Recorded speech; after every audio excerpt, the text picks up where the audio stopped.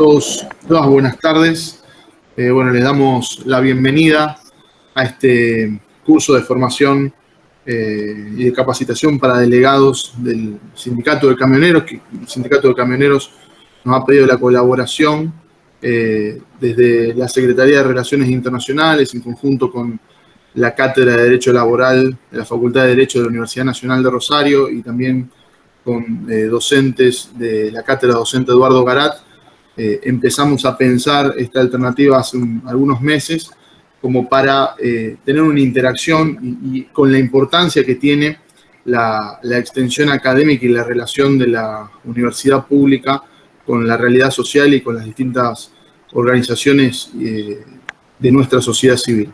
Así que darles la bienvenida, agradecerles puntualmente al doctor Hernán Bota, que es el decano de la Facultad de Derecho de la Universidad Nacional de Rosario, quien siempre nos brinda su apoyo incondicional en este tipo de actividades y de locuras. Esté donde esté, en este momento no está en Rosario, se está tomando amablemente el tiempo de estar con nosotros. Al doctor Ángel Angelides, que es el titular de la Cátedra de Derecho del Trabajo y la Seguridad Social de la Facultad de Derecho de la Universidad Nacional de Rosario, que se está tomando un tiempo personal porque hoy es su cumpleaños. Permítame, doctor, feliz. Después no vamos a llegar a cantarle el cumpleaños porque hay que retirar compromisos familiares. Pero agradecerle también el tiempo y en este caso puntual también a la doctora Ana Belén Izaza, que va a ser la docente, miembro de la Cátedra de Derecho del Trabajo y la Seguridad Social de la Facultad de Derecho de la Universidad Nacional de Rosario, que va a ser la docente que va a desarrollar la clase del día de la fecha. Así que, darle en primer lugar la palabra al doctor Bota, si quiere compartirnos su saludo. ¿Qué tal? Buenas tardes. No sé si me escuchan, ¿me ven bien? Si no, apago la cámara, ¿sí? Perfecto.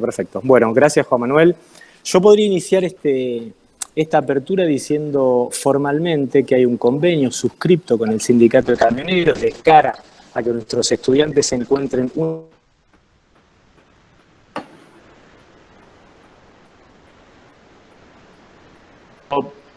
Prefiero correrme de la formalidad y enfocarlo también en algo que Juan Manuel recién expuso, que es muy importante para nuestra facultad, que es la tarea de extensión. Erróneamente se piensa que los claustros universitarios, muchas veces cerrados sobre sí mismos, tienen la misión única de acreditar saberes, pero no es así. La verdadera universidad pública es cuando sale a la calle, cuando se extiende, cuando sus saberes permean hacia la sociedad. Por eso que tengamos en esta oportunidad la posibilidad que une nuestras cátedras, con el prestigio que tiene la Cátedra de Derecho del Trabajo de la Facultad de Derecho de la Universidad Nacional de Rosario, la Universidad Pública de Rosario, puede extender sus conocimientos, en este caso a una asociación profesional gremial también tan reconocida y prestigiosa como es el Sindicato de Camioneros, nos hace sentir que cumplimos también con nuestra misión en este sentido.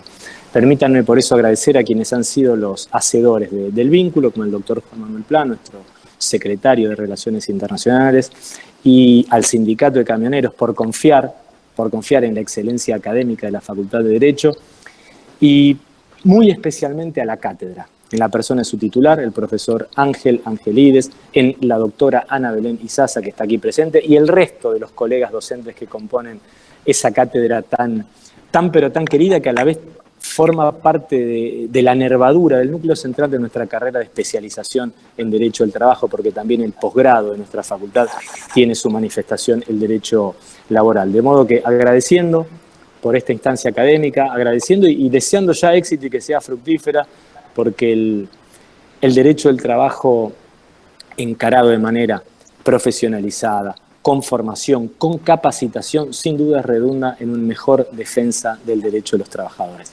Así que gracias y éxito en la presente jornada. Gracias, doctor Bota. Y si me disculpan porque no me gusta levantarme e irme de los lugares sin terminar, pero tengo una razón, que es que me están esperando y les pido disculpas por la descortesía, pero me había comprometido a no dejar de estar y planifiqué el horario como para que esto aunque sea un ratito. Ángel, feliz día, que los cumplas muy feliz con tu familia. Gracias. Ana, saluda a tu padre. Chao. Hasta luego, muchachos. Hasta luego. Y muchas gracias, Luciana. Hasta luego. Hasta luego. Hasta luego. A continuación, bueno, le damos la palabra al doctor Ángel Angelides, que es el titular de la Cátedra de Derecho del Trabajo y la Seguridad Social de la Facultad de Derecho de la Universidad Nacional de Rosario. Bueno, gracias, Juan Manuel. Un poco me pasa lo que le pasó al decano y lo reflejó en sus palabras, ¿no? Cuando vos me llamaste, cuando vimos lo de la organización del curso, que vos motorizaste también, y ahora que yo diga unas palabras, era, bueno, una presentación del curso, pero no me salía y no me va a salir una presentación formal. Yo le quiero transmitir un estado de satisfacción, de inmensa alegría, básicamente por dos motivos, o son dos los motivos. Lo decía el decano, yo lo digo, la universidad abierta, la Universidad Nacional, la Facultad de Derecho de la Universidad Nacional de Rosario, la Cátedra de Derecho del Trabajo, brindando conocimiento a trabajadores y trabajadoras. No sé si me escuchan, me está entrando una llamada que no voy a atender. Ahí está. Es decir, por un lado, la universidad abierta, la extensión tan buena, tan necesaria. Y por el otro lado, los destinatarios. Los destinatarios, en definitiva, trabajadores y trabajadoras.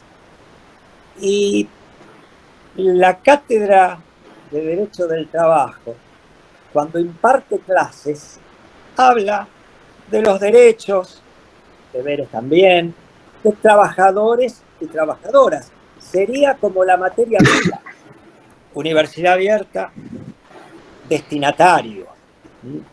Y qué importante que esos destinatarios, en este caso delegados y delegadas sindicales, quieran formar.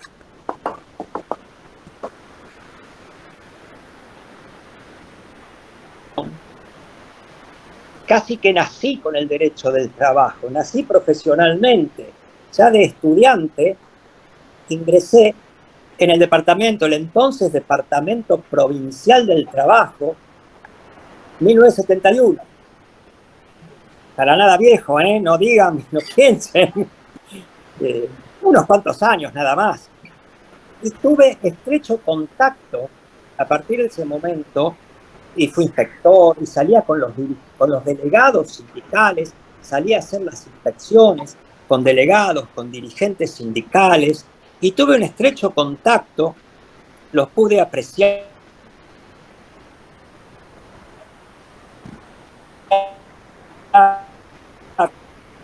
Y les digo que los veía siempre con un pequeño librito que eran leyes fundamentales del trabajo. Estaban ahí con ese librito y en los momentos así de que tenían, lo abrían y leían. Ustedes van a defender los derechos de los trabajadores. Tienen que conocer cuáles son esos derechos. También los deberes, pero el derecho del trabajo es un derecho tuitivo, es tutelar, tutela las personas que trabajan en relación de dependencia. Y ustedes, para representarlos, para defender sus derechos, para decirles qué derecho y qué obligación tienen, deben conocer la ley. También los fallos más importantes de la jurisprudencia. Y, hola. Hola, hola. Ah, me dicen que me escuchan. Sí. Levantá el dedo, Juan Manuel, si me escuchan. Yo no los escucho a ustedes. Bueno, lo que les decía entonces, básicamente, la importancia, estaba en eso cuando empecé a ver que se cortaba y se cortó, la importancia de la formación para el correcto desempeño de su función. El conocer la ley, el conocer los principales fallos. Así van a poder representar mejor, van a poder ejercer mejor la tarea que les han conferido los mismos compañeros de trabajo. Aprovechen el curso. Hay expositores y expositoras de primer nivel. Pregunten, no se queden con ninguna pregunta en el bolsillo. ¿Se entiende? Ninguna pregunta es tonta. A veces en los cursos alguien no quiere preguntar por miedo a pasar vergüenza. Nadie que pregunta queriendo saber pasa vergüenza.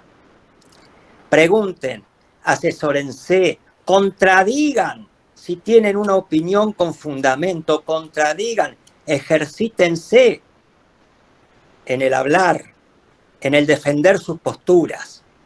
Entonces, terminando, bienvenidos, gracias por estar, gracias por querer capacitarse, gracias a la universidad, a la facultad que lo posibilitó, a los organizadores, a Juan Manuel, motor de este curso, el doctor Juan Manuel Pla, a la cátedra docente Eduardo Garat, y a los expositores y expositoras. Ana Belén, fundamentalmente, muchas gracias, siempre tan colaboradora, siempre presente, y hoy le toca a ella. Bienvenidos y aprovechen. Muchas gracias. Hasta luego. Muchas gracias, doctor. Gracias, doctor. No sé si nos escucha. Y vaya nomás a festejar tranquilo, no le queremos sacar más tiempo. Feliz cumpleaños. Que tenga un lindo día. Yo no escucho ni sé cómo salir, pero bueno. Feliz día. Bueno, es Juan Manuel de última. Bueno. Ahora me veo. Ahora sí. Adiós, doctor. Bueno, me presento. Yo soy Ana Belén Izaza. Formo parte de la Cátedra de Derecho del Trabajo de la Seguridad Social. Bueno, hasta luego. Adiós, doctor. Doy 2 de las materias. Doy Derecho del Trabajo y la Seguridad Social, y ahora estamos dando otra materia más, que es Problemática Actual del Derecho del Trabajo. La idea de hoy, de lo que vamos a dar en la charla, justamente con Juan Manuel, cuando nos juntamos a ver qué temáticas podían ser interesantes, los dos lo que dijimos es que nos parecía bueno un curso que esté más bien orientado a lo práctico. O sea, hablar cuestiones académicas, pero lo interesante, más que recitar leyes, recitarles artículos, decirles un montón de palabras, es lo que a ustedes les importa, lo que a ustedes el trabajador les puede consultar, lo que a ustedes el trabajador les va a venir a preguntar, les va a venir a decir, que sepan dónde lo pueden encontrar, dónde están las respuestas. Y estuvimos pensando cuáles son los temas que entendemos nosotros, que también en parte es nosotros como abogados, qué temas son los que las personas trabajadoras nos vienen a preguntar. O sea, qué es lo que se suele preguntar en un consultorio jurídico, y también qué es lo que uno suele ver que son problemas que se dan en la empresa. Entonces, más o menos la idea sería eso, o sea, no aburrirlos tanto con cuestiones muy académicas, sino ir más bien puntual a cosas prácticas. Si a mí se me corta o algo, avísenme, porque yo no sé si a mí me andaba mal internet o a otro de los oradores. Entonces, por las dudas, ustedes me preguntan. Lo mismo, como dice Juan Manuel, las preguntas si quieren las hacemos al final, pero si hay algo puntual que mientras yo lo estoy hablando no se entiende, quieren que se vuelva a explicar, que se repita o lo que sea, yo no tengo drama de que prendan el micrófono y pregunten. Y también lo que decían tanto el decano como Angelides, yo me puse re contenta con la invitación de Juan Manuel, porque a mí me encanta dar clases a la facultad, no digo que no. Pero realmente me gusta mucho más hablar con gente que después lo usa esto, digamos, porque está bien, uno le enseña a abogados, el día de mañana los abogados van a estar usando este derecho, pero la realidad es como dice Ángel, para mí es re importante que sean los trabajadores los que están interesados en cuál es el derecho, qué es lo que puedo hacer, qué no puedo hacer. Y de todos modos, nosotros con mi viejo durante muchos años fue abogado de muchos sindicatos, y también, bueno, estamos bastante en el derecho sindical, ahora a lo mejor estamos más a veces por las empresas que por los trabajadores, pero el derecho sindical es algo hermoso.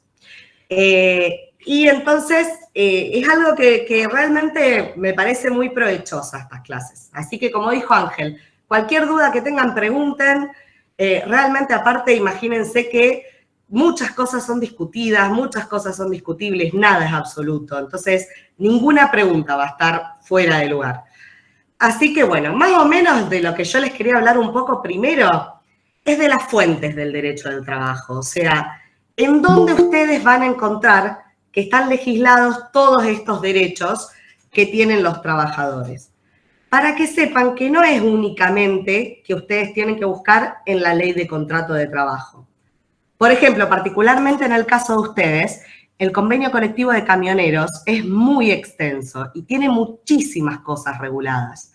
Entonces, ustedes siempre, por ejemplo, van a tener que tener en cuenta este diálogo de fuentes. O sea, no solo ver lo que la ley de contratos de trabajo dice, o lo que el régimen de riesgos de trabajo dice, u otras leyes, los tratados internacionales, sino también lo que el propio convenio colectivo de ustedes dice.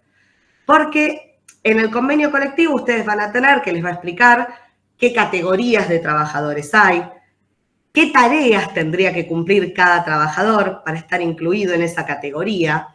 Entonces, según en qué categoría está ese trabajador incluido, son las tareas que va a hacer, y van a ver que ciertos derechos y deberes, sobre todo particularmente lo que es jornada, lo que es remuneración, en el convenio colectivo de ustedes está bien especificado y tiene un montón de rubros y tiene también una cuestión horaria, carga horaria distinta, justamente por la labor de ustedes.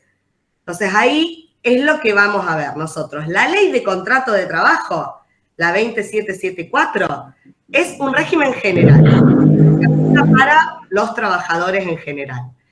Después puede suceder que haya estatutos. Eso es otra fuente más. Los estatutos son leyes particulares para trabajadores que tienen ciertas formas de trabajar distintas que requieren que tengan una ley propia. Camioneros no tiene un estatuto. Y después los convenios colectivos de trabajo, siempre se dice que son contratos con espíritu de ley, porque justamente son contratos porque se pactan entre los sindicatos y las cámaras empresariales, pero después tienen fuerza de ley para todos los trabajadores en el caso de ustedes de la actividad. El sindicato de camioneros es un sindicato de actividad. Entonces, ustedes van a tener que prestar atención a justamente lo que es la Constitución Nacional. En el 14 bis, ahí están nombrados todos los derechos de los trabajadores, que es el único artículo que hay de derechos laborales. Van a tener que tener presente también los tratados internacionales. Muy puntualmente van a ver que en el artículo 75, inciso 22 de la Constitución, hay nombrado un montón de tratados internacionales. Y van a ver que sobre todo en los que son los pactos de derechos civiles y políticos, ahí hay muchos derechos del trabajo. Y sobre todo uno de esos pactos cita los convenios 87 y 98 de la OIT, que es todo lo que tiene que ver con libertad sindical y negociación colectiva. Entonces, ¿eso por qué es importante? Porque tienen directamente categoría de derechos humanos y están en la Constitución. Después también ustedes tienen que tener en cuenta las leyes, van a ver también decretos, van a ver también resoluciones administrativas, van a estar los convenios colectivos de trabajo y después otras fuentes que son importantes son los reglamentos de empresa. Muchas veces los trabajadores que estén en las distintas empresas, puede ser que en esa empresa donde ustedes son delegados exista un reglamento de empresa. Entonces también van a tener que tener presente lo que ese reglamento dice. Entonces, ¿por qué les digo? Porque cuando a un trabajador les venga a preguntar a ustedes, miren, me estoy sintiendo mal, estoy enferma, para que ustedes les puedan dar un primer asesoramiento, ¿no es cierto? Si es laboral, si no es laboral, para el caso de que no sea laboral, que es una de las cosas que vamos a hablar hoy, bueno, ¿qué derecho tiene este trabajador? Tiene derecho a tener una licencia. Esa licencia tiene que ser paga, no tiene que ser paga. ¿Cómo la tiene que pedir? Tiene que llevar un certificado. qué le tiene que avisar a su empleador, de qué forma se lo tiene que avisar, para que por lo menos ustedes puedan atender la consulta y la duda del momento. Después, si la persona va al abogado del sindicato o va a su abogado particular también, pero que ustedes en el momento sepan dónde buscar. Entonces, tengan presente que para ustedes es importante su convenio colectivo porque muchas cosas las tienen reguladas ahí que no son iguales a la ley, pero eso sobre todo en lo que es jornada y remuneración y en todo lo que es cuestión de elecciones y demás sindicales. Y también otra cosa importante que yo les decía a los reglamentos, porque puede ser que las empresas en donde estén estos trabajadores tengan algún reglamento y en el reglamento sobre alguna cuestión en puntual haya alguna otra regla que haya que cumplir. Alguna forma de denunciar, alguna forma de transitar algún proceso previo a poner una sanción. Entonces, esas cosas también las tienen que tener presente porque no siempre sí o sí se va a aplicar la ley. ¿Hasta acá va quedando claro? Y después, dos fuentes más importantes que hay, que Ángel recién se las nombraban, son la doctrina y la jurisprudencia. La doctrina es lo que los distintos autores estudiosos de derecho escriben y opinan. Entonces, de algún tema en particular, van a ver ahora cuando veamos las sanciones que se le puede poner a un trabajador, ellos dicen, bueno, esperen, para que esta sanción sea válida, se tiene que cumplir con este requisito y este otro requisito. Si no cumple eso, esa sanción es nula, no está bien puesta. Esos son autores. Y si no, también tienen jurisprudencia, que la jurisprudencia son fallos. Fallos es a partir de alguna sanción que estuvo mal puesta, algún despido que estuvo mal hecho, alguna situación puntual, el trabajador terminó en justicia reclamando que algún derecho se le había violentado y el tribunal decidió y por lo tanto interpretó la norma. Entonces, eso es lo que se llama jurisprudencia. Los fallos, lo que la Corte dijo, lo que los jueces dijeron, interpretando las normas estas. Entonces, más o menos eso ténganlo presente, porque de todos esos lados es que van a tener que tener en claro, que ahora lo vamos a ir viendo a medida que vayamos viendo temas puntuales. Otra cosa muy... No sabés qué bichito se agarró, la verdad que no tengo ni idea. Ajá, Juan Manuel, se te prendió el micrófono. Cuestión que otro de las fuentes importantes son los principios, que los principios se los voy a explicar. Perdón, Ana, perdón. No pasa nada, no pasa nada. Te los voy a nombrar un poco porque ¿qué es lo importante de los principios? En clase siempre decimos, una vez que ustedes entienden los principios con los cuales se maneja el derecho del trabajo, cualquier respuesta que den probablemente sea correcta, porque el ordenamiento está hecho en base a esos principios. Entonces, si ustedes tienen en cuenta cuál es la finalidad de todas las normas del derecho del trabajo, la respuesta va a estar dentro de estos principios. Entonces, por ejemplo, ¿cuáles son los principios fundamentales que tiene el derecho del trabajo? Es el principio protectorio y el principio de la irrenunciabilidad. El principio protectorio justamente es el que reconoce expresamente que hay una diferencia en la negociación entre el trabajador y el empleador. Claramente ahí no están en igualdad de condiciones. Entonces, justamente hay que tratar de estar a lo que protege a este trabajador, a lo que lo va a poner en una mejor situación. Entonces, acá van a ver que hay 3 reglas, que una es la aplicación de la norma más favorable. Entonces, cuando haya 2 normas que se le puede aplicar a este trabajador, siempre es la que tenga más derechos para este trabajador, la que ustedes van a aplicar. La que sea más beneficiosa, le aplican esa. Otra también es que en caso de duda, se tiene que estar a la interpretación que sea más beneficiosa para el trabajador. Entonces, lo mismo, cuando hay una duda sobre la forma de interpretar una norma, sobre la forma de interpretar una prueba, vamos a estar a lo que sea más favorable para este trabajador. Entonces, cuando hay una duda sobre qué norma aplico, sobre cómo interpretar esa norma, siempre se va a buscar estar a lo más favorable para este trabajador, a lo que sea más beneficioso para él. Eso es fundamental en derecho del trabajo. Siempre vamos a buscar lo que sea más beneficioso, dentro de normas que existen, ¿no es cierto? Después también tienen el principio de irrenunciabilidad. ¿Qué es este principio de irrenunciabilidad? No tendría sentido tener todas estas leyes laborales con tantas protecciones al trabajador si éste libremente pudiera renunciarlo. Entonces, este principio lo que dice es que el trabajador no va a poder renunciar sus derechos. Las renuncias no van a ser válidas, van a ser nulas. Esto ténganlo en cuenta porque ¿por qué les importa a ustedes como delegados? Si un trabajador va y les dice, uy, mire, me pasó esto, que el empleador vino, me agarró el patrón, me dijo, mirá, la verdad que esto no te lo voy a pagar, no te lo puedo pagar este año el aguinaldo, así que firmame acá en este papelito que vos estás aceptando que yo no te pague esto, que no te pague tal rubro. Eso no se puede. Por el principio de renunciabilidad, cualquier renuncia es nula. Otra cosa que a ustedes les importa, por ejemplo. Muchas veces, ¿qué sucede? Ustedes tienen paritarias, se pacta el salario, van a tener por convenio colectivo, según la categoría, qué es lo que le corresponde recibir como remuneración. Puede pasar que haya empresas que paguen por encima de eso.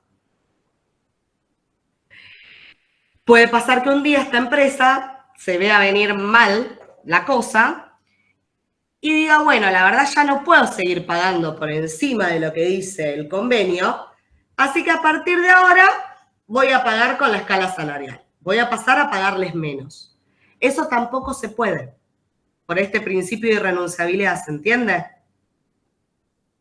Porque no se puede renunciar a derechos que están en la ley, ni en los estatutos, ni en los convenios, ni tampoco en el contrato individual. O sea, lo que haya pactado el trabajador con el empleador, una vez que forma parte de tu contrato individual, se tiene que respetar y mantener. No se puede volver para atrás. Y para el caso en que se quisiese renunciar a algo, porque tal vez viene el trabajador y les dice, miren, yo quiero trabajar menos horas, y acepta que trabajando menos horas se le pague menos, porque en un principio su remuneración era por X cantidad de horas. En principio, lo general, lo mejor es que se vaya ante el Ministerio de Trabajo y se firme esto y que haya una autoridad, como lo es el Ministerio de Trabajo, dando el visto bueno de que las normas laborales no están siendo violadas. Pero tengan siempre en cuenta este principio de renunciabilidad, porque si no, ¿qué puede pasar? Que frente a un apriete, el trabajador renuncie a los derechos. Entonces, ¿de qué nos serviría este orden público laboral si fuese fácilmente renunciable? ¿Se entiende? Lo que no quiere decir que el trabajador tenga prohibido renunciar a su trabajo. Eso, por ejemplo, es una excepción válida. Él puede renunciar. O van a ver también que hay casos en la ley, que ahora vamos a ver algunos, que son caducidades. ¿Qué quiere decir la caducidad? La ley hay en algunas ocasiones que pide de parte del trabajador que haga algo. Y si el trabajador no hace eso, pierde su derecho. Por ejemplo, vamos a ver ahora cuando le ponen una sanción a este trabajador. Si el empleador la sanción la puso de forma válida, cumpliendo los requisitos que vamos a ver, este trabajador tiene 30 días para impugnarla.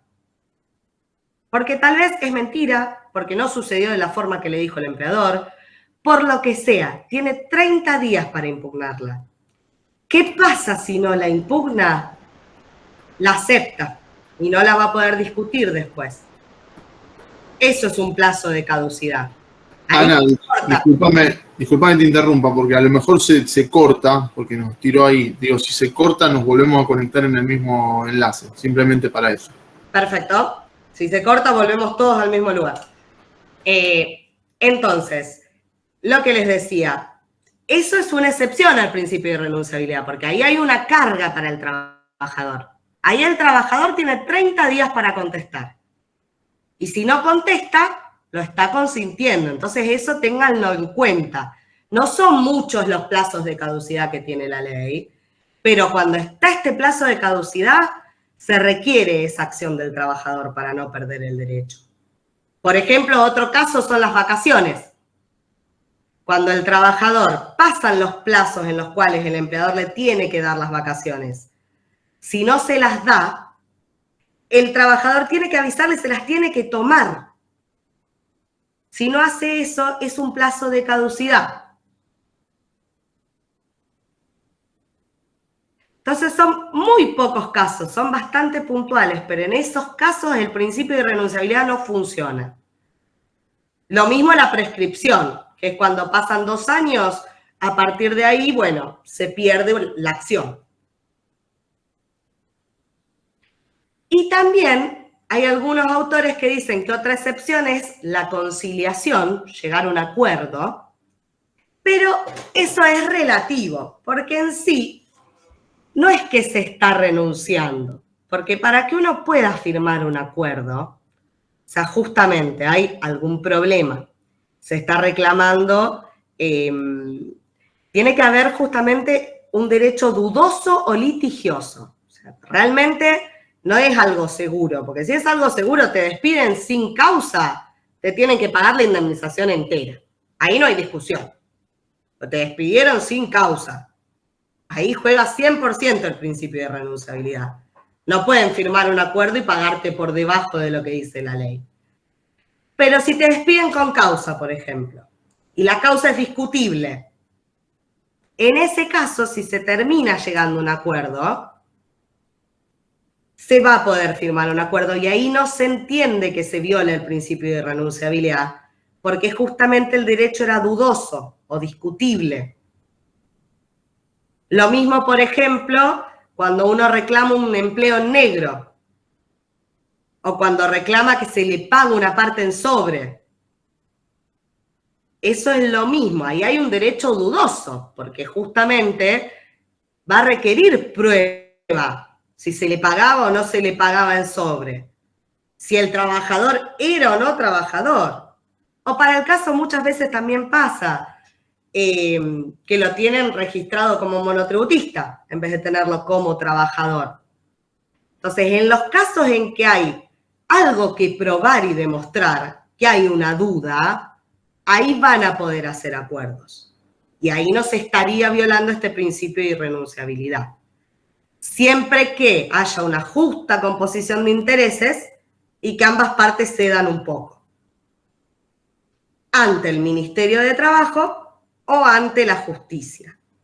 Y ahí esto, para que el sindicato pueda representar en estos casos a los trabajadores, va a requerir un poder. Pero bueno, tengan presente que eso sería una excepción al principio de irrenunciabilidad, pero lo básico es este principio. O sea, a ustedes viene un trabajador y les dice, me dijeron que me van a empezar a pagar menos porque no me pueden pagar. Sepan que son irrenunciables los derechos. Ese es un principio. Y protectorio, cuando hay una duda, a favor del trabajador. Siempre buscamos el mejor beneficio. Otra cuestión importante, otro principio muy importante que hay, es el de la primacía de la realidad. Siempre va a importar lo que realmente pasó. No importa qué nombre le ponemos, da lo mismo el nombre. Da lo mismo si dicen que yo soy monotributista. Da lo mismo, que es el típico caso. O da lo mismo si se dice que esto era una mutual, cuando no era una mutual. O que esto era trabajo benévolo. O sea, da igual de qué forma se lo disfrace, si realmente lo que se está dando es un contrato de trabajo. Si ustedes están frente a un contrato de trabajo, se le aplican todas las leyes laborales. A la ley le importa la primacía de la realidad. Y acá generalmente todos los autores dicen, si tiene cola, ladra, se babea, es perro. Básicamente es eso. Si ustedes ven que hay relación de dependencia, ya sea dependencia económica, jurídica o técnica, que se le paga una remuneración a ese trabajador, que está sujeto a las órdenes del empleador, que le ponen sanciones a este trabajador, que si falta lo suspenden y no le pagan el salario. No importa qué nombre se le ponga. Es un contrato de trabajo, se le aplican las leyes de trabajo y estos principios que estamos viendo.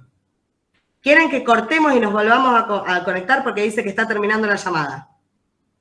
Cortamos un sectorio tan bueno para el trabajador que no lo puede renunciar, pero después no lo puede ejercer porque le sale tan caro que no puede reclamar ningún derecho.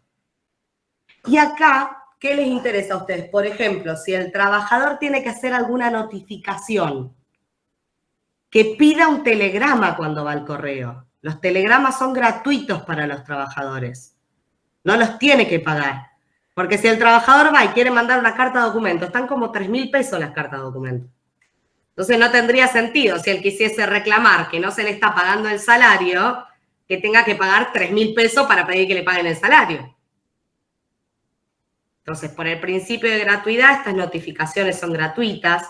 Lo mismo que ir a juicio, no va a tener que cargar con los sellados, con los costos que tiene un juicio, salvo que después se pruebe que no era trabajador, digamos, que realmente no tenía derecho a estar pidiendo eso.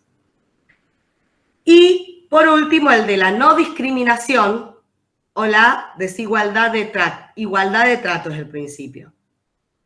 Igual remuneración por igual tarea. Si las personas tienen la misma función, hacen lo mismo, cumplen lo mismo, no puede haber diferencia. Ahora, si no es lo mismo lo que hacen las personas, sí. Eso no viola el principio de igualdad. Es igualdad para los iguales, o sea, para los que tienen la misma categoría, con las mismas tareas. Eso es lo importante. Y acá tengan en cuenta la ley antidiscriminación. Hay una ley que es importante, que les va a decir todas aquellas actividades que se consideran que son una discriminación. Entonces, por ejemplo, si a alguien lo despiden por su orientación sexual, si a alguien lo despiden por su género, si a alguien lo despiden por su activismo gremial, si a alguien lo despiden por... está bien enumerado, son un montón, básicamente racismo también. Ese acto puede ser declarado nulo con esta ley.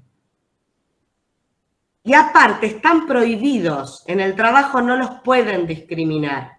Y hay muchísimos convenios de la OIT cada vez más, van a ver que también con lo que son, lo que es género, hay cada vez más convenios que están protegiendo todo lo que es el acoso en el trabajo, la violencia en el trabajo. Es totalmente prohibido y es un principio del derecho laboral, la igualdad y la no discriminación. Entonces, tengan bien claros estos principios. Ante cualquier cosa que le pregunten, con estos principios se van a acordar más fácil de la respuesta. Dicho esto, vamos a empezar a ver algunas cosas puntuales que puede que sean más prácticas. Dentro de los derechos y deberes que hay, estos derechos y deberes ustedes los van a encontrar en el capítulo 7 de la Ley de Contrato de Trabajo. Son un montón de artículos que dice todos los derechos y deberes que tienen las partes. Asimismo, en el convenio colectivo de ustedes, también hay muchísimos derechos y deberes.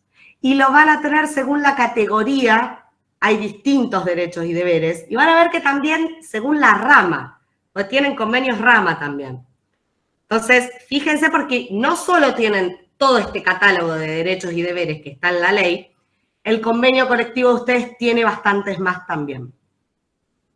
Particularmente, van a ver aparte que son un montón de artículos que tienen números y después hay un capítulo entero de artículos sin números, pero que también siguen siendo derechos y deberes.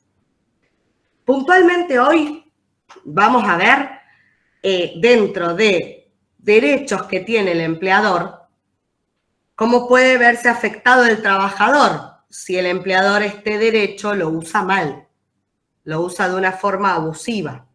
Y ahí es donde ustedes van a tener que estar atentos para justamente poder decirle al trabajador, mirá, la verdad que esto que te están haciendo no está bien.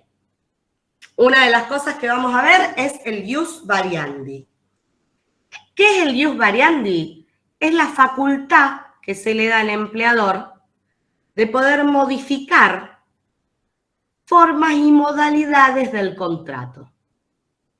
¿Por qué? Porque ustedes van a ver que los empleadores tienen derecho a organizar la empresa, ¿no es cierto?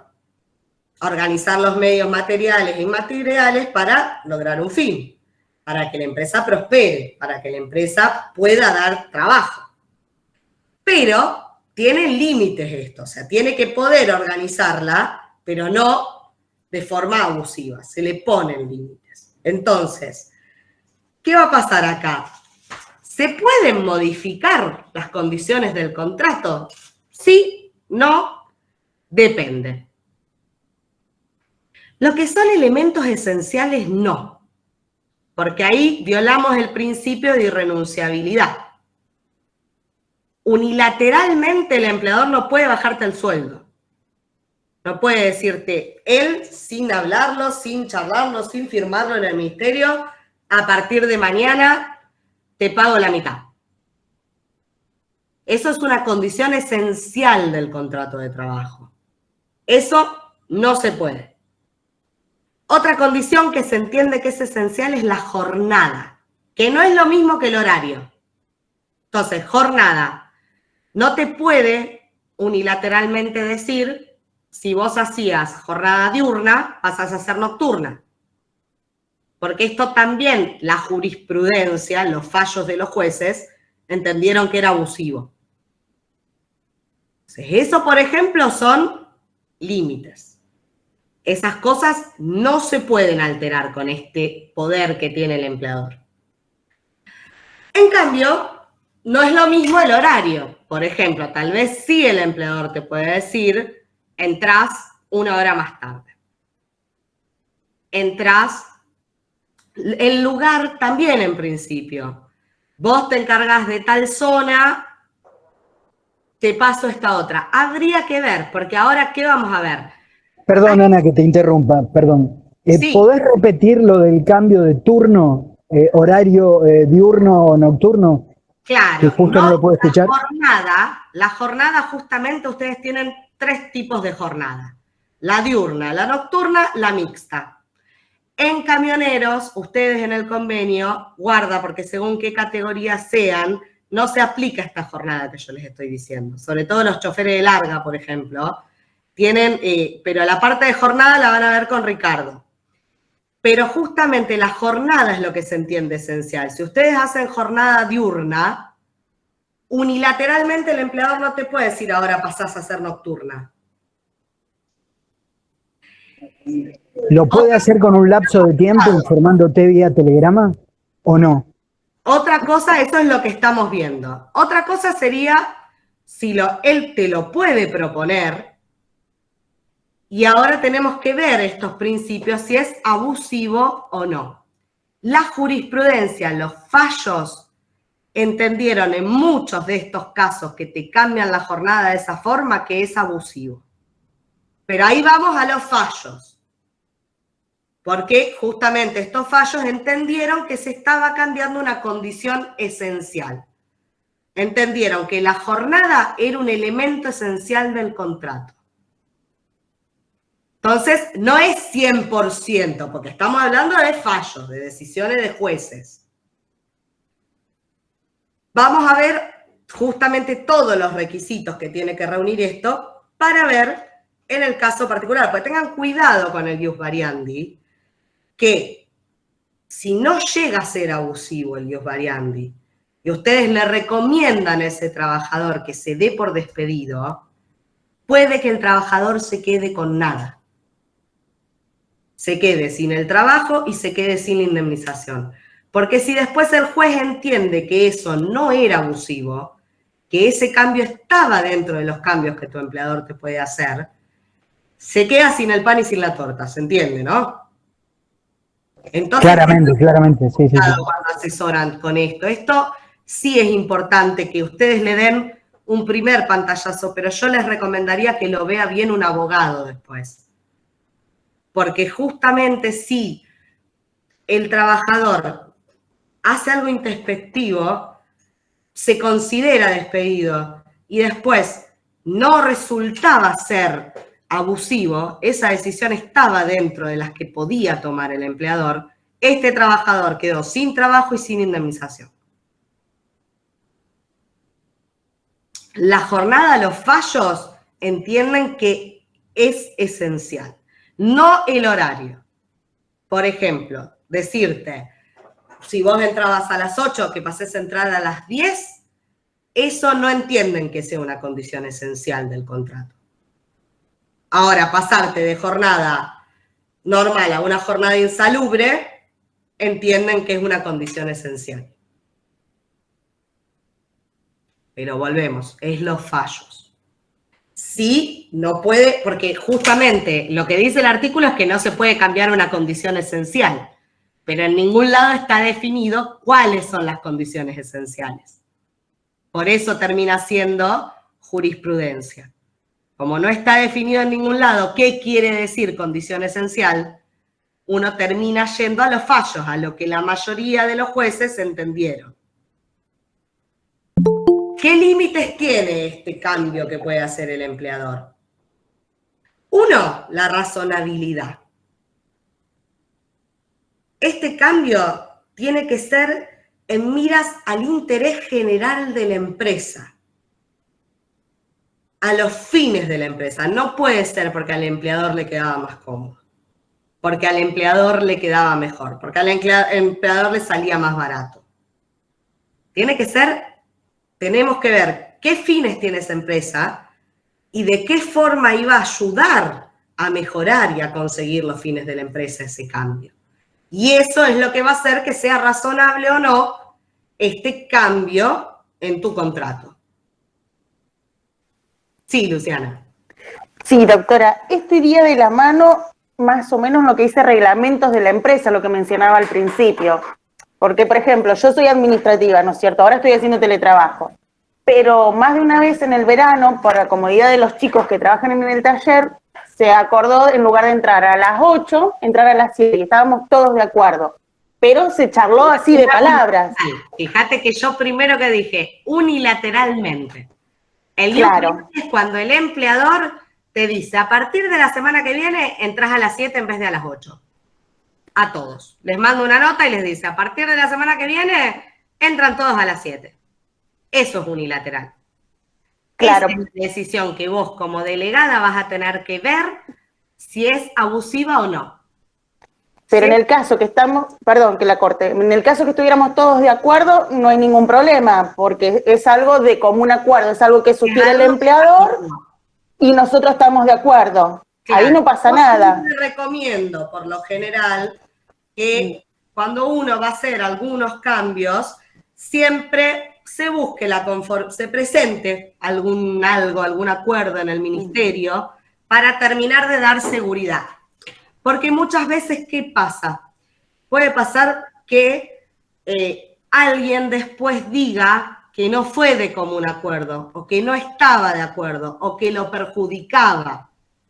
Entonces, para tratar de evitar esas cuestiones es que se recomienda. Por más que también sencillamente podría ser que entre todos firmen que están de acuerdo, o que se mande telegrama diciendo que están de acuerdo, pero hay que tener muchas veces cuidado. También se entiende que si se propuso, se dijo y se empezó a ejecutar, y se ejecutó durante un tiempo, sin ninguna queja, porque ahí van a ver otro de los requisitos, la contemporaneidad. También se entiende que fue aceptado. Pero acá es cuando unilateralmente no hubo acuerdo de partes. El empleador una mañana te mandó un telegrama y te dijo, Luciana, a partir de la semana que viene trabajás de 10 a 19 en vez de 8 a 16. Bien, ahí sí yo tengo que ver, bueno, todos los medios para... Va y te lo manda. Entonces, a partir de ahí, ustedes tienen que tener en cuenta esto que yo les digo, pero les repito, en lo que es ius variandi, yo siempre recomendaría que el trabajador se haga asesorar con un abogado. Bien, perfecto. Porque son cuestiones que si ustedes lo asesoran mal, este trabajador puede quedar sin trabajo y sin indemnización.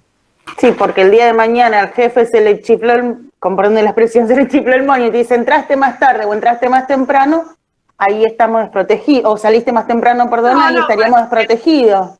En realidad es más por una cuestión de que si vos no estás de acuerdo con este cambio, vos te mandan eso, te dicen, Luciana, a partir de la semana que viene, entras de tal hora a tal hora. Y vos le decís, no estoy de acuerdo, es abusivo lo que vos estás haciendo, yo no quiero hacer ese horario. Y vos te ponés firme en que es abusivo lo que te están haciendo y terminás considerándote despedida o no cumplís con lo que te pide tu empleador y te termina echando. Puede suceder cualquiera de las dos cuestiones. Si después un juez entiende que lo que te estaba pidiendo el empleador era razonable y estaba dentro de sus derechos, es un despido, es una renuncia más bien, ¿me entendés? No va a ser remunerado. Entonces, este trabajador, por no aceptar este cambio que se le da, y a lo mejor se consideró despedido porque no aceptaba el cambio, porque lo estaban perjudicando, porque entendía que era abusivo, entonces dice, me considero despedido con justa causa, me tenés que pagar, sin justa causa, me tenés que pagar, se queda esperando esa indemnización y se quedó sin trabajo y sin indemnización. Bien. Estaba dentro de lo que el empleador podía hacer, no era abusivo. Perfecto. Entonces, con estos casos tengan mucho cuidado y yo, en principio, ustedes denle un primer, si quieren, si entienden, lo ven dentro de ius variandi abusivo, pero mándenlo a asesorarse con un abogado. Bien, perfecto. Muchas gracias. Entonces, primero, que sea razonable. Enrique, ¿vos querés decir algo? Sí, particularmente cuando vos decís la situación del asesoramiento es fundamental más que nada porque las empresas tienen la potestad de, al vos considerarte despedido, ¿cómo te podría decir? Utilizarlo como método de disciplinamiento o a veces de persecución a ciertos y determinados empleados. Y hay que manejarlo con mucho criterio en función de que no pase lo que vos estás diciendo, que un juez determine que no es una cuestión abusiva y te terminés quedando sin nada. Es muy compleja la particularidad. Son temas muy sensibles estos. Por eso les digo que yo les explico qué es lo que ustedes tienen que ver y entender, pero yo en estos casos siempre les recomiendo que si realmente la persona no lo va a aceptar a este cambio, sea asesorado por un abogado, porque a partir de ahí, aparte, hay que empezar a mandar comunicaciones, telegramas, y muchas veces uno después ve, porque a uno como abogado le llega cuando ya se mandaron todos los telegramas sin abogado, y hay veces que uno dice, pucha, realmente era otra las cosas que había que decir, que expresar, que plantear. Entonces, eso, tengan mucho cuidado con esto del ius variandi. Entonces, si es razonable, o sea, el empleador está cambiándote esa modalidad para un fin de la empresa, eso es una de las cosas que tienen que mirar. Otra cosa que tienen que mirar es lo que decíamos recién, que no se alteren cuestiones que son esenciales del contrato de trabajo. Y eso, lo que le dije, como no hay una definición de que es esencial, terminan siendo los jueces los que definen si era esencial o no lo que se te modificó. Después hay otra cosa muy importante, que es lo que se denomina principio de indemnidad. ¿Qué quiere decir esto? Que no tiene que afectar ni patrimonialmente ni moralmente al trabajador. O sea, que este cambio no le genere ningún perjuicio económico o material, ni moral.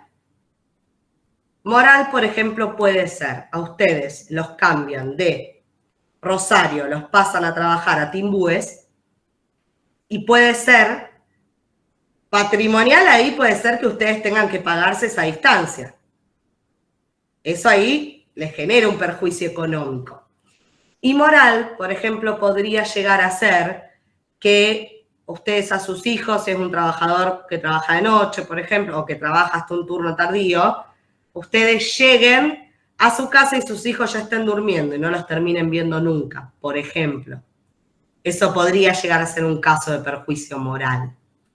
El perjuicio moral es muy casuístico y también hay que tener mucho cuidado a la hora de evaluar si es o no es suficiente para decir que este cambio que te están haciendo es abusivo. Entonces, tengan en cuenta eso. Y otra cuestión muy importante es que este ius variandi no se puede usar como castigo, que es algo más o menos de lo que decía Enrique, que muchas veces muchos empleadores te hacen un cambio de sede, de sector, como castigo a algo que vos hiciste, o te modifican alguna condición como... Eso está prohibido también. Ahí también sería un ius variandi abusivo. Entonces, ¿se entendió?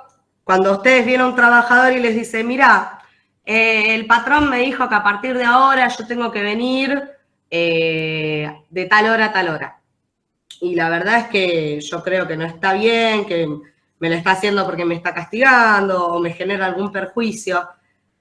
Piensen en estas cuestiones. Si ustedes ven que podría estar dentro de un ius variandi abusivo, entonces ténganlo presente. Estos son los límites. No cualquier cambio está bien, ¿se entiende? Y también si hubiese reglamentos de empresa, hay que ver si en ese reglamento hay algo explicado al respecto, porque también forma parte del contrato individual ese reglamento. Carlos, decime. Está muteado. Te quería preguntar, a un compañero en el trabajo lo cambiaron de las 7 de la mañana a las 13 horas y lo perjudicaron un montón porque la señora trabaja de noche, entonces, bueno, ellos se arreglan como para cuidar los hijos y todo eso, y está totalmente perjudicado y a nosotros como delegados nos está costando un montón poder revertir la situación. O sea, obviamente que es... ¿Cómo es que vos dijiste? Abusivo, porque lo están cambiando de jornada, no es que lo están cambiando una hora para atrás, una hora para adelante. Habría que lo cambien de jornada, y por eso te digo, estos casos es muy difícil dar asesoramiento, porque uno cuando estos temas son generalmente venís al consultorio y estamos una hora, porque hay que preguntar muchas cosas. Claro, y por ejemplo la empresa te dice, vos cuando ingresaste, firmaste que, o sea, horario full time. ¿Puede ser eso? Que igualmente, porque te digan eso, te cambien de jornada. Habría que ver porque justamente, esto es a lo que voy. En los casos de ius variandi, asesórense con un abogado. Andá con un abogado que vea la totalidad del caso, porque vos tenés que ver qué firmó, porque hay que ver si él avaló eso o no. Entonces, si estaba dentro de su contratación inicial y era algo que estaba pactado, en principio podría no ser abusivo. Entonces, estos son los casos que yo les digo que asesórense, porque tal vez vos lo ves totalmente abusivo, vos decís, no, sí, lo están recagando, Y habría que ver puntualmente qué firmó, cómo se está dando, si se están cumpliendo con estas cosas o no. Porque después, eso es lo que un juez va a terminar diciéndote si era abusivo o no era abusivo. Claro, pero el empleado el compañero no quiere dejar de trabajar, o sea, no quiere darse por autodespedido. No, lo que pasa es que, a ver...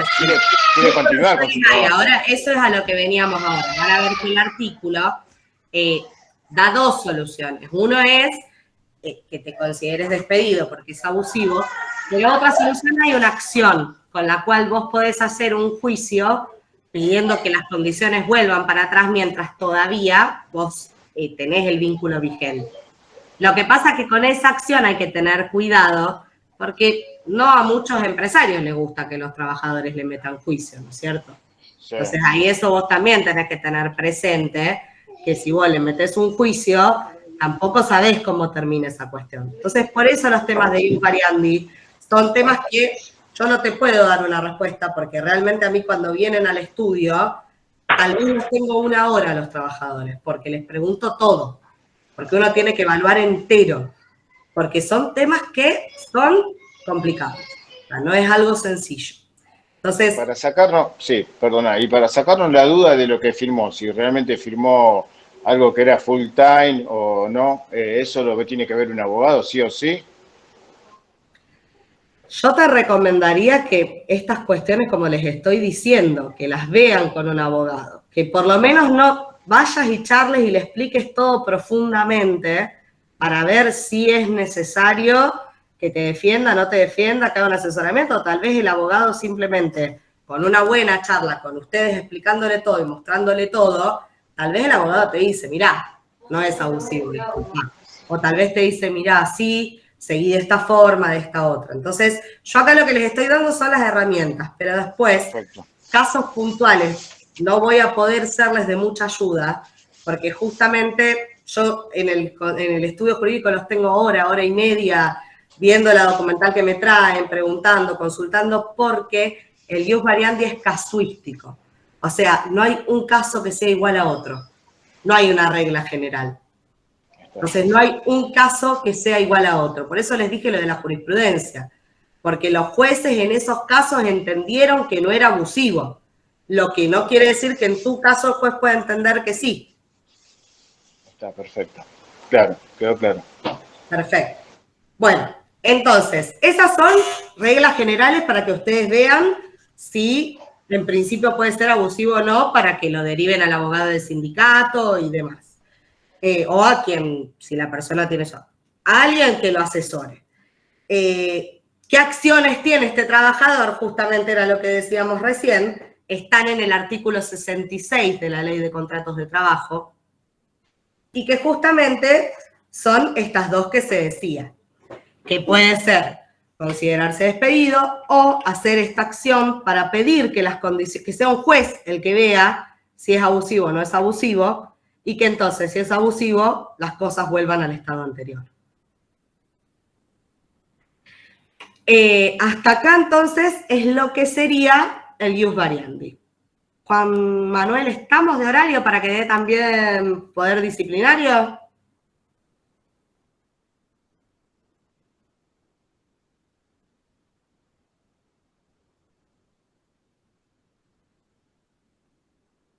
$15.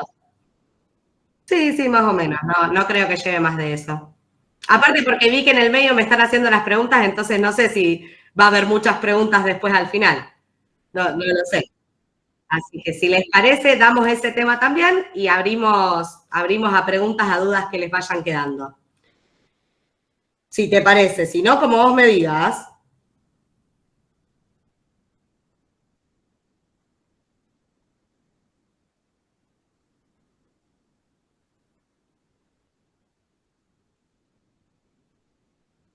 Bárbaro, listo. Entonces, otra cuestión importante, otro poder que tiene este empleador, además del ius variandi, que es el que vimos recién, es el poder disciplinario. ¿Qué es este poder disciplinario?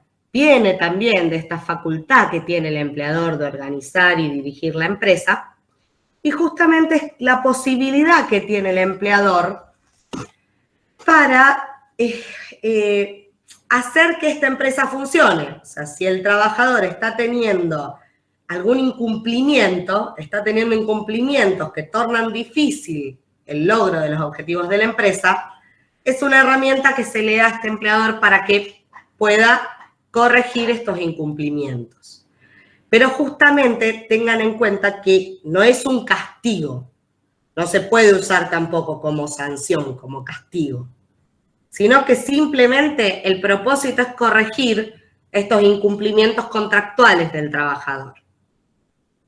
Ese es el objetivo. Entonces, ¿cuándo van a ver qué es lo más común que ustedes pueden ver? ¿Qué tipos de sanciones hay?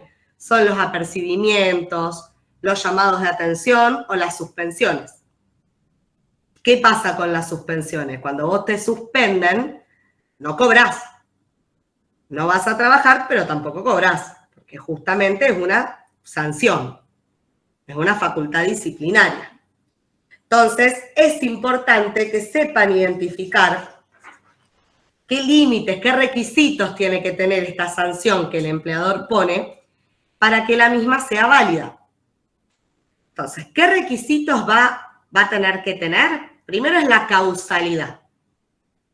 Es decir, que haya una relación entre el acto que hizo esta persona y la continuidad del vínculo de trabajo. Tiene que tener una vinculación lógica. O sea, que sea una reacción al acto de este trabajador. Tiene que ser contemporáneo o inmediato. No te pueden suspender hoy por algo que hiciste hace 3 meses. Tampoco quiere decir que te tengan que hoy mismo dar la sanción. 2, 3 días. Puede llegar a ser contemporáneo o inmediato, una semana, según la gravedad de lo que se esté analizando. También guarda con esto de la contemporaneidad que en los reglamentos de empresa muchas veces hay procedimientos ante ciertas faltas que hay que cumplir. Entonces, a veces hay que hacer alguna investigación previa antes de poner alguna sanción. Entonces, si la sanción se pone luego de este proceso, por más que haya pasado cierto tiempo, se sigue entendiendo que cumple este requisito de la contemporaneidad o inmediatez. Después, la proporcionalidad. Yo llegué 10 minutos tarde, me suspendieron por 5 días. Totalmente irrazonable y para nada proporcional. O sea, la sanción que te ponen tiene que tener relación directa con la injuria que vos cometiste. Acá apliquen el principio de razonabilidad. Es razonable, entonces vayan pensando. ¿Tiene causa? Es una causa fundada, es real. ¿Me lo dijeron en forma contemporánea o lo hice el año pasado? ¿Es proporcional la sanción que me está poniendo el empleador con el hecho que yo hice? ¿Es razonable lo que me está diciendo? Y después otro principio importante es el non bis in idem, que se llama. Quiere decir que no te pueden sancionar 2 veces por lo mismo. Si ya te sancionaron por ese hecho, no te pueden volver a sancionar. Que no es lo mismo que si vos todos los días llegás tarde, son hechos distintos, no es el mismo hecho por el que te están sancionando. Pero no podrían sancionarte 2 veces por la misma vez que vos llegaste tarde. Ponerte 2 sanciones distintas. Una sola te tienen que poner. Y aparte no tiene que ser discriminatoria. O sea, si el fin por el cual te están poniendo esta sanción es por una cuestión de género, por una cuestión de inclinación o demás, también esta sanción no es válida. Y que se respeten los reglamentos. Si hay algún procedimiento que hay que hacer para poner la sanción, que la empresa cumpla ese procedimiento. Esos son requisitos para ver si es justo o no es justo. Y aparte hay requisitos formales. O sea, si a vos te lo dicen verbalmente, por ejemplo, eso está mal. No cuenta como una sanción. Que te digan, estás apercibido, no. O sea, te la tienen que notificar por escrito. Lo cual no quiere decir que te la tengan que mandar sí o sí por carta documento. Simplemente puede ser en un papel y vos lo firmás. Entonces, tiene que ser por escrito. Tiene que tener una justa causa y esa justa causa tiene que estar bien detallada. Tiene que estar bien descrito. No pueden decir, porque tenés reiteradas inasistencias. Porque faltaste el día tal, el día tal, el día tal y no justificaste. Porque llegaste a tal hora, el día tal. ¿Se entiende? Porque le pegaste una trompada a fulanito que estaba en tal lugar y menganito estaba presente a tal hora en virtud de esta discusión que habían tenido. No pueden poner por inconductas, por actos no queridos. Tiene que estar desarrollado. ¿Por qué? Porque justamente el trabajador tiene el derecho de defenderse. Y lo que se le está imputando no es cierto o no es de esa forma. Entonces, estarías violándole el derecho de defensa si no lo describís. Y tiene que tener un plazo. Entonces, por escrito, con justa causa y con un plazo. Yo no te puedo suspender hasta que te avise que no estás más suspendido. Te suspendo por un día. te suspendo por 2 días.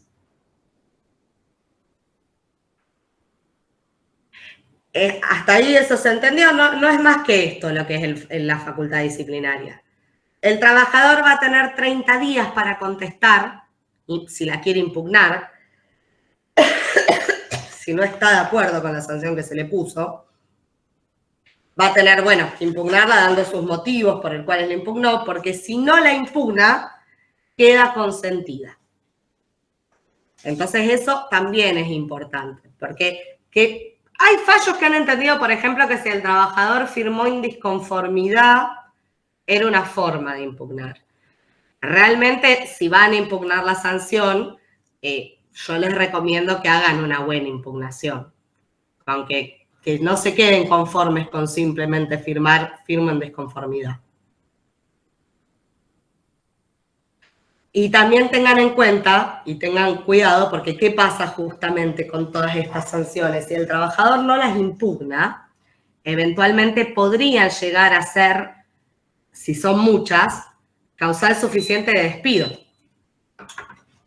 Porque una persona que la suspendieron una vez, otra vez, se podría tomar como que es un trabajador que no tiene buena fe, es un trabajador que no le interesa la conservación del vínculo, que no es solidario, que no cumple con los deberes de conducta de la ley de contrato de trabajo y que por sus actitudes es una injuria suficiente como para que este vínculo no pueda seguir. Entonces, eso es lo importante de si estas sanciones quedan consentidas, porque muchas veces los trabajadores firman, se van a la casa, se olvidan, a la semana firman otra, y eventualmente, bueno, podrían tener un perjuicio. También, si el trabajador está haciendo todas esas sanciones, habría que ver, ¿no? Porque hay que ver si son verdaderas o no. Si realmente es algo que tiene el empleador en contra del trabajador o realmente el trabajador no es un buen trabajador. Recuerden la buena fe que veíamos al principio, del buen empleador y el buen trabajador. Tengan en cuenta que también hay un plazo máximo que pone la ley, que no se pueden poner más de 30 suspensiones al año. Pasa que no dice qué pasa si te ponen más de 30. O sea, como que no termina de quedar claro si a partir de la 30 ya el empleador puede despedirte o si ya no te la puede poner a la suspensión 30. No puedes estar más de 30 días suspendido. Y después hay otro plazo que tampoco se puede más de 90, sumando las suspensiones en general que hay en la ley. Con esto terminamos lo que son sanciones disciplinarias. Después otro deber importante que tiene el empleador. Sí, Víctor, ¿querés preguntar algo? Sí, disculpe, doctora, buenas noches. Buenas noches, ¿cómo andás? Todo bien. Hay un caso de un compañero que lo suspendieron por haber tenido un accidente, una tumba con un camión. A él le pusieron en este caso por daños y perjuicios a la empresa. Por 30 días lo suspendieron. Y habría que, es lo mismo que le decía a Carlos, la realidad es que los casos puntuales uno los tiene que ver en profundidad todas las circunstancias, porque habría que ver qué daño le causó al camión, cómo fue el hecho, en qué circunstancias se dio, para evaluar justamente si esa sanción fue contemporánea, no, se hicieron las investigaciones que había que hacer, si realmente 30 días están bien o no están bien para el hecho que él cometió. Porque tal vez podría llegar a ser desproporcionado, pero desconozco qué era el camión, qué tenía el camión, qué perjuicio económico fue para la empresa, todas estas cuestiones para uno lo mismo, o sea, sanciones disciplinarias y ius variandi es lo mismo, es casuístico.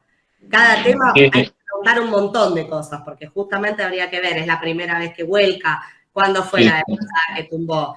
¿Qué otras cosas hace este trabajador? ¿Tiene más sanciones en su legajo? No. Un buen trabajador, es un mal trabajador, llega tarde, marca bien, usa el combustible de forma correcta. O sea, son muchas cosas que se tienen en cuenta. O sea, no es algo estos temas son bien casuísticos. Estos son las cosas que la gente les va a ir a preguntar y que ustedes no tengan tampoco miedo de mandarle un abogado, porque les digo, muchas veces a nosotros nos llega con todo el intercambio epistolar ya hecho, con todo. A mí una vez me pasó, yo estaba defendiendo un trabajador, venía muy bien para mí con el juicio, porque tenía realmente, para mí era un despido sin causa hasta el momento que yo fui a la audiencia. Resulta que en la audiencia me cae el empleador y me dice, mira, me trajo así, no les miento, la pila era esto, de sanciones que tenía este trabajador que estaban todas consentidas al final. Así que a partir de ahí no había mucho más para hacer, porque realmente, pobre trabajador, pero no era un buen trabajador. Entonces, esas son cuestiones que uno tiene que tener en cuenta y que, bueno, el asesoramiento está bárbaro que ustedes los pongan, todas estas cuestiones son necesarias para que las sepan y para que se las digan, pero si va a requerir acciones mayores, ya sea de contestar algo, siempre es bueno un asesoramiento. Porque como en tu caso puntual, hay muchísimas cuestiones que hay que mirar. Porque hay que ver que si simplemente en la sanción le pusieron por daños y perjuicios, y hay que ver cómo la redactaron, de qué forma la explicaron, o si está atado a algún, dicen, por el hecho ocurrido en tal fecha. Habría que ver. Bueno, pasados los 30 días, él... Si ya pasaron los 30 días, es un plazo de caducidad. No, todavía no está dentro de los 30 días todavía de la suspensión. Pasados esos 30 días, él se calcula que lo van a reincorporar. Se calcula. En teoría, si a vos te notifican, es lo que les dije recién, te la tienen que notificar por escrito, te tienen que poner cuál fue la causa y cuál es el plazo. Sí, está por escrito, la firmó. Si le pusieron los 30 días, se entiende que después de esos 30 días terminó, en principio, por lo que me decís, la suspensión. Pero bueno, esas son las cuestiones. Si él por algo va a querer impugnar esa suspensión, es lo otro que yo les dije, tienen 30 días para impugnarla. Si ustedes no impugnan, queda consentida. Entonces les va a pasar lo que me pasó a mí, que llegué en esa audiencia, me trajeron un legajo así de todas imputaciones del último año consentidas, y bueno, eso arma un legajo, es lo que en la jerga se dice armó legajo. Entonces, estas son básicamente las cuestiones principales. ¿Y a él lo pueden volver a suspender otra vez por esa misma causa, más días o no? Y es que eso es por la misma causa, no. Recordad que habría que ver si... Pero estas son las cosas, hay que ver si lo suspenden por otra cosa que puede estar relacionada con esa causa o si es por la misma causa. Eso es lo que hay que ver, ¿no es cierto? Habría que ver puntual, porque a lo mejor en un momento es por los daños al camión, habría que ver, pero en principio el hecho es uno. O sea, por ese hecho a él solamente le podrían poner una sanción, porque es el non bis in idem que hablábamos antes. Eso es otra de las formas de lo que les dije que tengan presente a la hora de ver. Y después, lo de los plazos que les decía, la ley dice que el máximo son 30 días en un año que te pueden suspender. Pero nada dice la ley de qué pasa cuando pasan esos 30 días. Y después ahí lo que dice, caducan al año. En realidad no hay un plazo. Pregúntame en voz alta, la caducidad que vos me preguntás, ¿para qué sería? ¿Para que te la puedan oponer en juicio o para que te vuelva a contar el plazo de estos 30 días?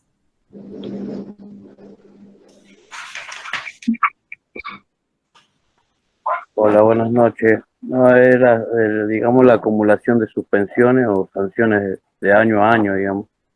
Claro, no. Las 30 estas que les digo es en el año, contados a partir de la primera suspensión. Entonces te suspendo un día, el plazo de 30 es en un año, desde la primera.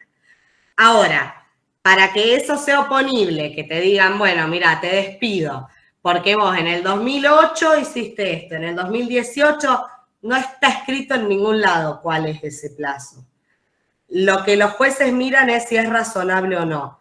Por lo general, va a depender qué tan grave fue esa sanción que vos hiciste y hace cuánto tiempo lo cometiste, ¿no es cierto? Porque si vos a lo mejor tumbaste, o no sé, tuviste algún...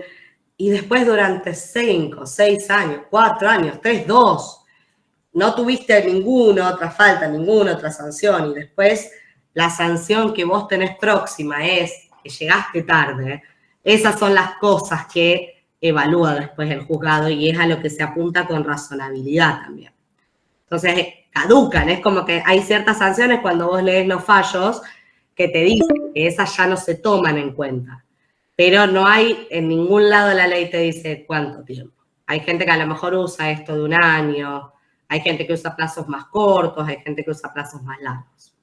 Pero eso es fallos. ¿Te contesté la pregunta? Sí, muchas gracias. Decime, Luciana. Sí, doctora, disculpe, rapidito, así no le robo tiempo. No, pero yo ya le estaba por decir que ahí termina el tema, así que bien. damos lugar a las preguntas. En mi caso, mejor dicho, a mis compañeros nunca fue un tema de suspensión, pero sí de descuentos por no rendiciones. Ellos viajaban, le daban un determinado viático y los chicos por ahí no rendían enseguida. Y le pasó a 2 compañeros, cuando no había delegado, no había sindicato, que le descontaron lo que habían rendido hace 5 meses atrás. Los chicos no se acordaban, sinceramente, si estaba bien o no. Acá también aplicamos el criterio de contemporaneidad. Yo te diría ahí que en realidad habría que ver puntual. Te diría también que lo charles ahora con Ricardo, que es el que les va a dar la parte de remuneración.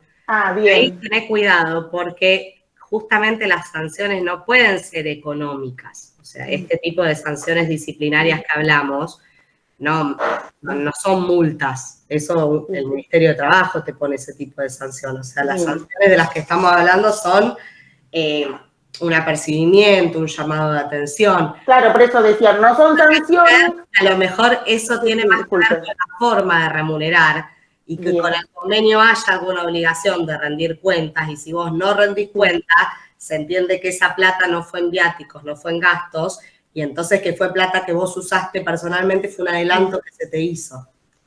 Entonces, claro. Se lo tomaron como un adelanto.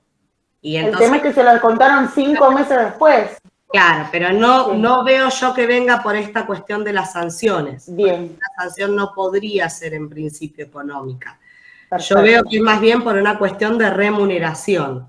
Bien. Que, a ver, la realidad es que debería tal vez haber sido más inmediata, pero la cuestión es que si suelen hacer la rendición de esa forma y no entra dentro de lo que es un gasto y se entiende que realmente fue plata que usaron en su beneficio, tal vez puede ser... No es objetable.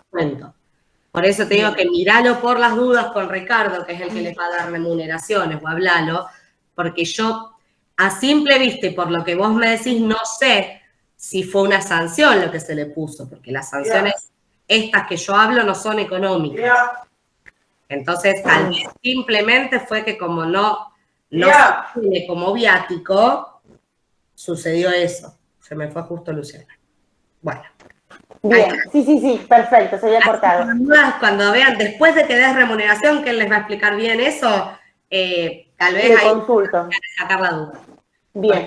Porque habría que ver, a lo mejor simplemente lo que hicieron fue una deducción porque se les tomó como plata que le dieron, adelantándole remuneración. Y se tomó claro, yo más que nada por los plazos preguntaba, pero bien, lo dejamos para la próxima clase. Bárbaro.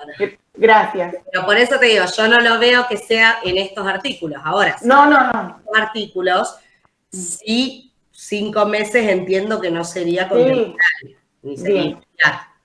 Pero uno tiene que ver el caso puntual, porque a lo mejor que estamos hablando, no sé, de un caso que requiera muchísima investigación, un delito tal vez, bueno, a lo mejor puede haber en alguna situación que un plazo de 2, 3 meses... Se extienda más de lo previsto. Bien, gracias. A vos. Por último, algo que sí les quería decir antes de que me olvide, 2 deberes más que son muy importantes que tiene el empleador para que los tengan presentes. Uno es el de la ocupación efectiva, o sea, está obligado a darles trabajo el empleador. No puede tenerlos ahí sentados mirando el techo. está obligado a darles trabajo. Eso es un deber que tiene el empleador y un derecho que tiene el trabajador. Bueno, entonces al final llegamos hasta acá, ¿no? No llegamos a ver accidentes y enfermedades inculpables, ahora que me doy cuenta. Pero bueno, creo que estamos, ¿no?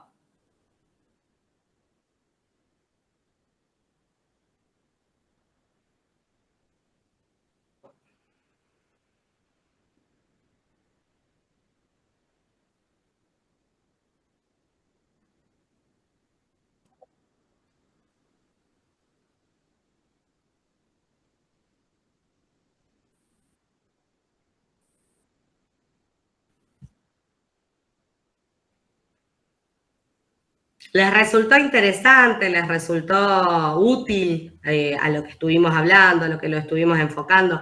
También pues son como las primeras charlas y capacitaciones que estamos dando. También nos sirve a nosotros para, bueno, para el día de mañana saber si es útil, no es útil o prefieren un enfoque distinto. En lo personal, sí. Útil y llevadero, por sobre todas las cosas también. Sí, para mí también es útil porque por ahí es bueno saber, para no ir a meter, la pata delante de la empresa, por ahí entonces primero asesorarse antes de ir a hablar algo con la empresa. Yo traté de darles algunas herramientas para que también lo vayan viendo y bueno, ahora le voy a avisar a Ricardo también que enfermedades inculpables no nos llegamos a ver para que lo tenga presente. Bueno, particularmente interesante, llevadero y enriquecedor porque fijamos conceptos algunos que tenemos y por otra parte aprendemos a manejar ciertas y determinadas situaciones. Desde ya, gracias. Bueno, muchísimas gracias a ustedes por quedarse hasta tan tarde escuchando. No hay problema. Bueno, buenas noches para todos. Sí, Mauro. Vecinos. No, solamente agradecer y no estuvo muy bueno, llevadero y por sobre todas las cosas enriquecedor para nosotros. Bueno, muchísimas gracias, me alegro entonces. Así que me pone contenta, porque a mí las charlas me así que, pero muchas veces me gusta si le sirve del otro lado, si no, no tiene sentido.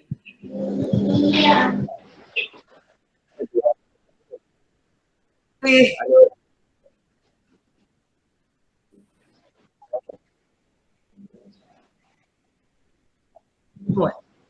Bueno, muchísimas gracias.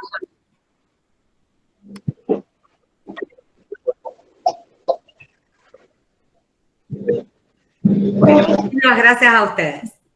Gracias, buenas noches. Chao, hasta luego. Buenas noches para todos, un gusto. Buenas noches. Gracias, buenas noches.